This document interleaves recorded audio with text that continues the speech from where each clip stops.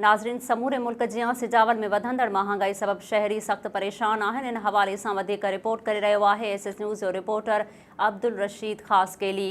पूरे मुल्क जियां ज़िले सजावल में भी महंगाई अरूज ते पहुंची चुकी है। रोज़मर्रा में इस्तेमाल थींदड़ चीज़ुनि जा अघ आसमान सां ॻाल्हियूं करे रहिया आहिनि। अटो 130 रुपया किलो या सब्ज़ी वठे तो सब्ज़ी वारा अॻे चिड़िया वेठा आहिनि।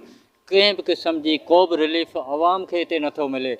हिते एॾी छिती महांगाई आहे जेको हिन बरसाति ऐं ॿोॾि में सटियल माण्हू किॾां वञनि। इंतज़ामिया ऐं शहर जे ठहियल कमेटियुनि जी नाअहलीअ सबबि रोज़मर्रा जे चीज़ुनि जा हथ ठोकिया रेट क़ाइमु थी विया आहिनि, जंहिं सबबि हिते जा माण्हू सख़्तु परेशान आहिनि।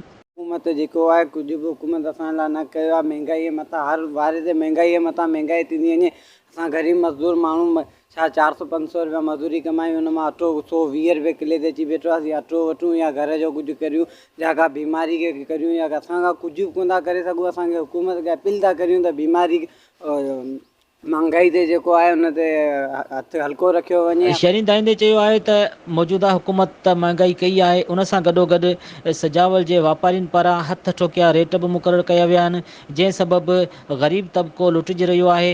हुननि मुतालबो कयो आहे त मार्केटूं कमेटियूं फ़ाइल बणाए ऐं शहरियुनि खे वधीक परेशानी खां बचायो वञे। कैमरा टीम सां गॾु अब्दुल रशीद खासकेली SS न्यूज़ सजावल।